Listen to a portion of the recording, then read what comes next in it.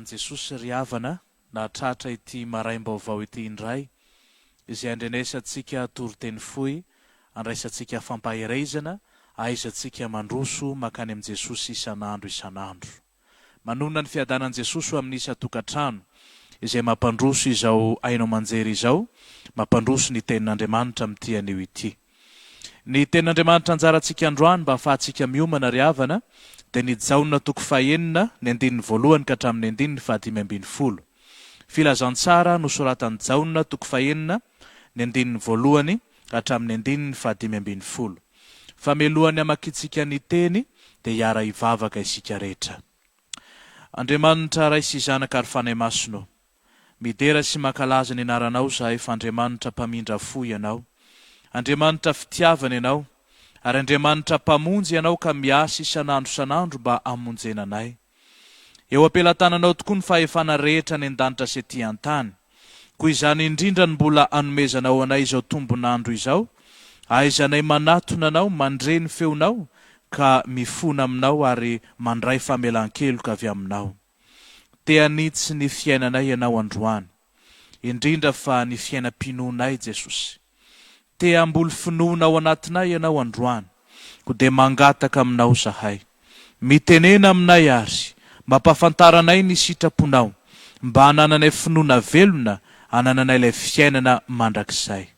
Mitenena Jesosy eo, fa ianao no mpamonjy izao tontolo izao. Amin'ny anaranao Jesosy no anaovanay izany vavaka izany, misaotra Tompo malalo. Amen. Filazantsara nosoratan'i Jaona toko 9 ny 1 hatramin'ny 5. Toy izao ny fivakin'ny teny amin'ny anaran'i Jesosy. Rehefa afaka izany dia niala Jesosy ka lasa nita ny Ranomasin'i Galilia dia ny Ranomasin'i Tiberiasy izany. Ary nisy vahoaka betsaka nanaraka azy noho ny nahitany famantarana izay efa nataon'i tamin'ny marary.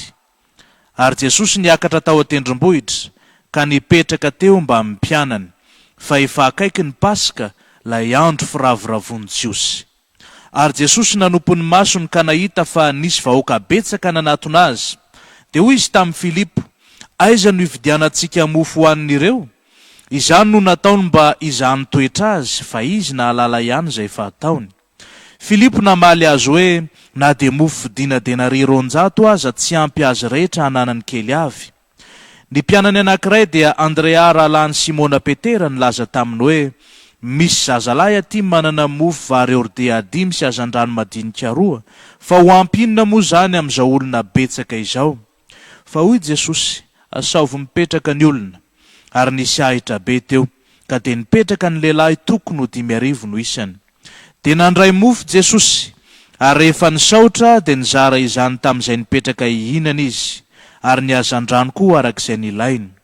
Ary rehefa voky ny olona dia hoy Jesosy tamin'ny mpianany, angoniny ny sisa tsilany mba tsy hisovery. Dia nangoniny ka nahafeno arona 12 ny sombintsombin'ny mofo vary ordia 5 izay ambin'ny tsy lanin'ny nihinana. Ary ireny olona ireny, rehefa nahita ny famantarana izay nataon'i Jesosy, ity tokoa ny Ilay Mpaminany izay ho tonga amin'izao tontolo izao. Ary rehefa fantatr'i Jesosy fa ho avy ny olona ka azy an-keriny ataon'ny mpanjaka, dia niala ka lasa indray izy irery nakany an-tendrombohitra.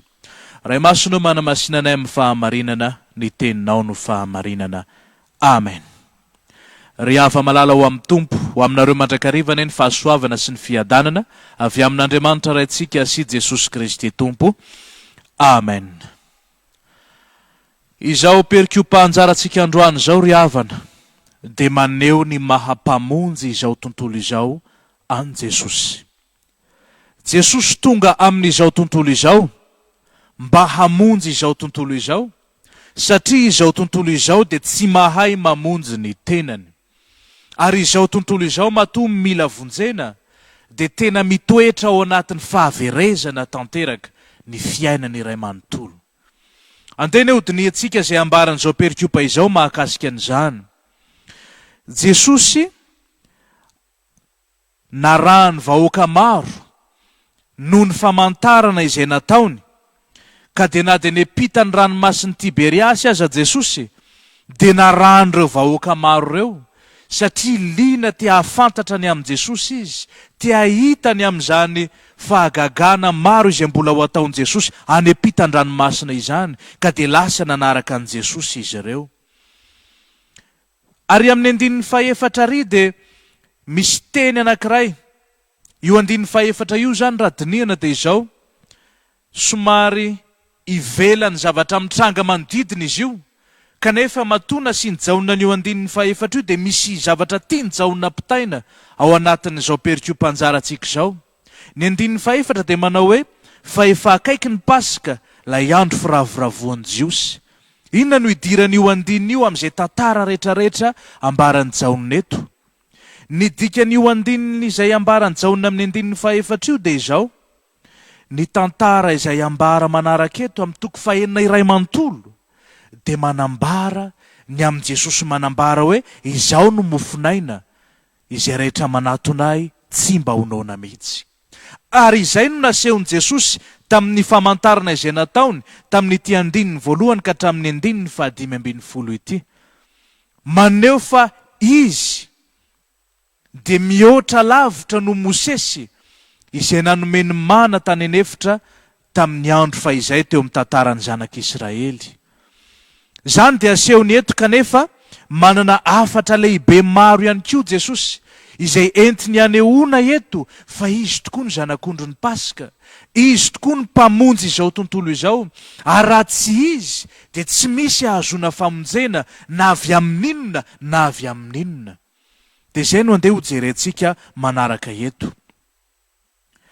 Rehefa nanompo ny masony Jesosy dia hitan'ireo vahoaka betsaka nanaraka azy ireo.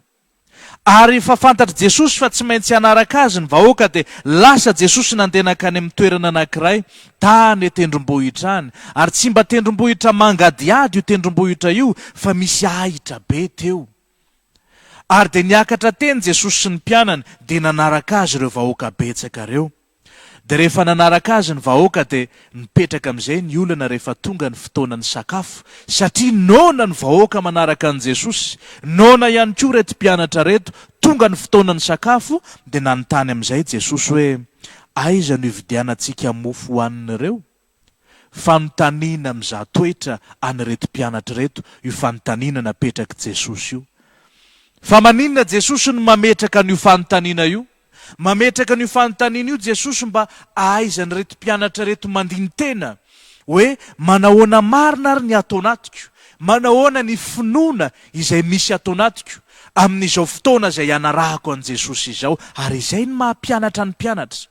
Isan'andro Jesosy dia mametraka fanontaniana amin'ny mpianatra, isan'andro Jesosy dia mitarika an'ireo mpianatra mba ahaizan'ireo mpianatra mandiny tena, mahalala ny ao anatiny, ny finoana iainany sy ny momba azy manontolo, ahaizany mibebaka sy manatona an' Jesosy. Jereo tsara, voasoratra fa nanontany an'izany tamin'ny mpianatra Jesosy, na dia efa izy azy efa nahalala ihany izay efa antaony. Dia niseho miariary teo tokoa ny tsy finoan'ny Filipo sy Andrea. Tsy finoan'ny mpianatra ray manontolo, fa i Filipo sy Andrea no nahasana maly an' Jesosy tamin'io fotoana io. Fa niseho teo ny tsy finoan'ny mpianatra an'Andriamanitra. Inona ny zavatra nitranga? Raha nanontaniany Jesosy ireo mpianatra dia Filipo namaly azy nanao hoe na dia mofo vidiana denari roan-jato aza tsy ampy azy rehetra ananany kely avy. Ary Andrea kosa dia nanambara hoe misy zazalahy aty manana mofo vary ordea 5 sy hazan-drano madinika 2, fa ho ampinona moa izany amin'izao olona betsaka izao. Eo no ahitantsika ny toetry ny mahanofo, toetry ny olombelona mahanofo azy manoloana ny olana izay mitranga. Dia voalohany aloha izy mikajikajy hoe ahoana ny ahafahana mamaha ny olana io, ahoana ny ahafahana tonga amin'ny vahaolana makasika an'izao olana izay mitranga izao. Izay fomba fisainana anankiray izay hitantsika tao amin'ny Filipo izay. Ary ny fomba fisainana ray faharoa izay ao aorianan'izay fomba fisainana voalohany izay, izay nataon'i Andrea, dia ny hoe inona ny zavatra eo am-pelatanako? Ny zavatra eo am-pelatanako raha jerena nefa toa-kely tsy mahavahana izany olana izany. Tena fomba fisainana mahazo ny olona tsirairay avy tokoa izany ry havana. fomba fisainana izay manoloana ny olana rehetra izay mitranga dia mandinika hoe ahoana ny ahafahana mamaha ny olana io, aiza ohatrino na inona avokoa ny zavatra rehetra ilaina hanaovana an'io, inona aiza ny tokony ale, iza ny tokony ho antsoina sy ny sisa mba ahafahana mamaha an'izany olana izany. Ary faharoa manarak'izay dia ny hoe inona ary izao ny eo ampelantanana, andeha hiainga isika hanao an'izany fa inona no ahafahana miainga eo ampelantanana. Ary rehefa manoloana an'izany sika sy ilay olana izay mitranga dia mahita hoe tena tsy mahefa na inona tokoa. Ary izay ny tiany Jesosy ho tsapany reto mpianatra reto tamin'io fotoana io. Tiany Jesosy ho tsapany mpianatra miharihary, fa na dia misaina sy mandinika azy izy ireo, tsy mahavaolana izy ao anatin'izay lalana andehanany araka ny fisainan'ny olona, fisainana manofo azy. Fa ny tena nandrasany Jesosy tamin'ireo mpianatra ireo dia izao, izy mitodika any amin'Andriamanitra ka milaza amin'Andriamanitra hoe Tompo, zao ny olana mitranga, inona ny zavatra ho ataonay? Izay no nandrasany Jesosy tamin'ireo mpianatra ireo. Na mbola tsy hitodika any amin'i Jesosy aza izy, satria na Jesosy ara mbola tsy fantany hoe iza marina moa io Jesosy io, mahatonga anazy tsy mbola makany amin'i Jesosy hoe ianao mpampianatra mahalala ny tokony atao. Mbola tsy nitodika tany amin'i Jesosy izy, fa araka izay nampianarana azy hatramin'ny fahakeliny ny amin'ny didy voalohany izay tenenana hoe aza manan'Andriamanitra hafa fa izao ihany, dia tokony ho nahatsiaro ireo mpianatra ireo voalohany indrindra nitodika any amin'Andriamanitra. Izay no nandrasan'i Jesosy taminazy. Ary izay no naprisian Jesosy taminazy sy nizahan Jesosy toetra azy hoe manahoana marina ny fiainany reto mpianatra reto an'izany finoana an'Andriamanitra velona izany. Fa ny zavatra miharihary dia izao, tsy mbola nitoky tamin'Andriamanitra izy ireo tao anatin'ny olana izay mitranga, ary olana io fanadinana mandrakariva, ny olana rehetra izay mitranga amin'ny fiainan'ny olona fanadinana eo anatrehan'ny olona hoe iza no inonao, iza no ianteranao, ary iza no itokinao. Fa ireto mpianatra reto dia miharihary, mbola mitoky amin'ny herin'ny saina sy ny fahaizana sy ny fahalalana ka manao hoe aiza na ahoana ny fomba amahana an'izany olana izany, ohatrinona ny tokony olany amahana an'izany olana izany. Sy ilay faharoa hoe inona ary ny eo ampelantanako, azoko manomboka mandroso mamaha an'izany olana izany. Manoloana an'izany dia nasehon'i Jesosy miharihary, fa Jesosy no manana ny vahaolana rehetra.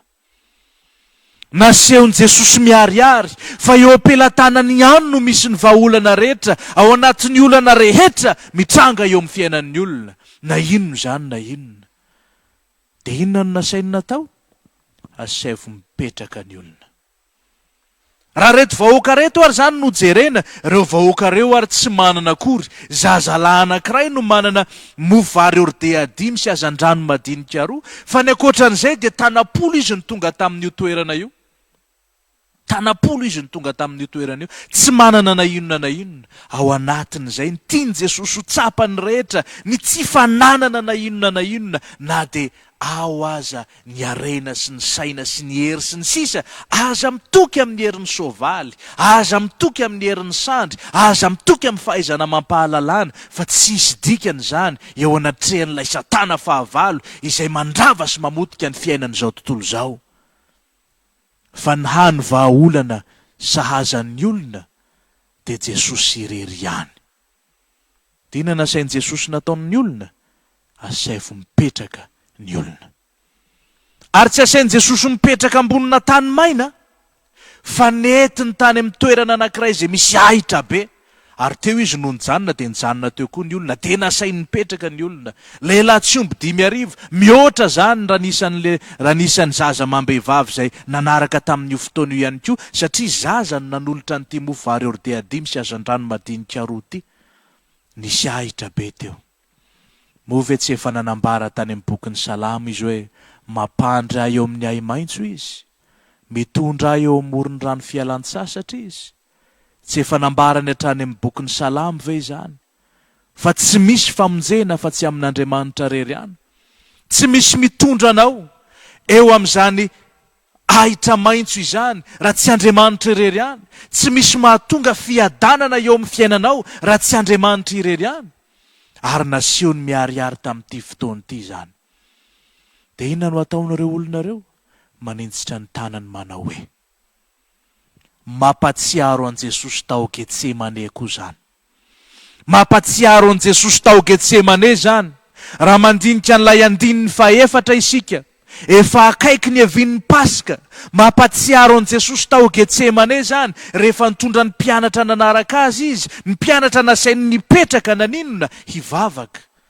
Fa izy no andeha hiroso hisotro ny kapoaka mangidy. Izy no andeha hiroso hiatrika ny lalan'ny hazo fijaliana. Fa ny mpianatra nasainy nipetraka nivavaka. Ry havana, manoloana ny olana izay mahazo izao tontolo izao, mananotanona sy efa tafiditra eto amin'ny firenena, ary efa indro fa mianaka sy mitombo eto amin'ny firenena. Matahotra ve ianao? Matahotra ve ianao? Antsoy Jesosy. Izy no mpamonjy anao. Ary izy teny aminao hoe mipetra dia mivavah. Izay no anjarantsika tsirairay avy, ny mipetraka dia ny mivavaka. Fa miseho ao anatin'izao olana izay mitranga manerina izao tontolo izao, fa tsy mahefa na inona isika. Tsy mahay manao na inona isika. Fa Andriamanitra no fiainana, tompon'ny aina. Ary izy no tompon'ny hery sy ny fahefana rehetra any an-danitra sy ety an-tany. Ka na dia kibonona aza, dia hainy mamoky azy avy amin'ny hazan-drano, avy amin'ny mofo vary orte-5 sy hazan-drano madinika 2. Ny zavatra farany hitantsika ao anatin'izao koa ry havana dia ny hoe Jesosy tena ny mihitsy no nizara ny mofo sy ny hazan-drano tamin'ireo izay nipetraka ny hinana. Jesosy tena no nizara azy. Raha i Jaona no mitantara azy dia izay no itenenany azy. Fa raha ny filazantsara hafa no mitantara azy dia ny mpianany no asainy mizara azy. Fa na ny filazantsara hafa io na ity Jaona ity dia mazava fa avy amin'ny Jesosy no loharanom-pamonjena. Jesosy no loharanom-pamonjena. Izy no mofinaina izay manatona azy tsy mba honona, ary izay mino azy tsy mba hangetaheta intsony. Miariary ao anatin'izao soratra masina izao izany, ary hafatra lehibe ampita ny soratra masina amintsika tsirairay avy amin'ity anio ity. Rehava malala ao amin'ny tompo. Ny hany anjara nomeny Jesosy an'ireto mpianatra reto sisa ho fampianaram-pononana azy, dia nasain'i Jesosy nanangona an'ireo sisa tsy lany izy. Nasainy nanangona ireo sisa tsy lany izy, izay nahafeny 12 sobika izany. Fa Jesosy no loharanom-pitahiana. Fa jereo fa na dia Jesosy aza, rehefa nandray ny mofo izy, dia inona no nataony? Nisaotra izy aloha. Izany hoe Andriamanitra aloha no nisaorany. Nitodika tamin'Andriamanitra izy, ka nametraka ny asa rehetra teo am-pelatanan'Andriamanitra. Fa na Jesosy aza tsy niasa, tsy nandeha tamin'izao fotsiny, fa nivavaka mandrakariva amin'ny maha-olona azy, dia nivavaka mandrakariva no nentiny na niatrika ny asa rehetra izay niatrehany tetỳ amin'izao tontolo izao. Na Jesosy aza nivavaka ry havana, na Jesosy aza nanaja ny didy voalohany ry havana, izy no mpitarika atsika sy mpampianatra atsika amin'ity anio ity. Fa Andriamanitra rery no famonjena izao tontolo izao. Jesosy rery no loharanom-pitahiana, loharanom-piadanana famonjena izao tontolo izao. Reto vahoaka reto rehefa nahita izany famantarana nataon'i Jesosy izany, dia ozy hoe ity tokoa ilay mpaminany izay ho tonga amin'izao tontolo izao. Izao sy anao nefa efa mahalala fa Jesosy no Kristy zanak'Andriamanitra velona. Manoloana n'izany fahalalantsika izany, manahoana ny fihetsika isika manoloana ny fahalalantsika n'izany hoe Jesosy no Kristy zanak'Andriamanitra velona izany. Tokony manatona azy isika izany. Tokony miankoka eo anatrehany isika izany. Tokony mandohalika eo anatrehany isika izany. Tokony manolotra ny fiainantsika eo am-pelatanana isika izany. Araka ny tenenan'ny ny epistily azy hoe ka tsao aloha ny fanjakany sy ny fahamarinany dia anampo anareo zany rehetra zany. Aoka ho tonga eo amin'ny fiainako sy eo amin'ny fiainanao ny fanjakan'Andriamanitra. Aoka ho tonga eo amin'ny fiainako sy ny fiainanao ny fanjakan'Andriamanitra, dia ilay fanjakam-piadanana, ilay fanjakam-pahasoavana, ilay fanjakan'ny fahafenona izay anafaka ny anohanana sy ny etaeta rehetra eo amin'ny fiainantsika, izay amafa ny ranomaso rehetra, izay anasitrana ny aretina rehetra, izay anafaka ny aina tsy hidina ny andavaka, fa hanome fiainana mandrakizay ho ahy sy ho anao kosa.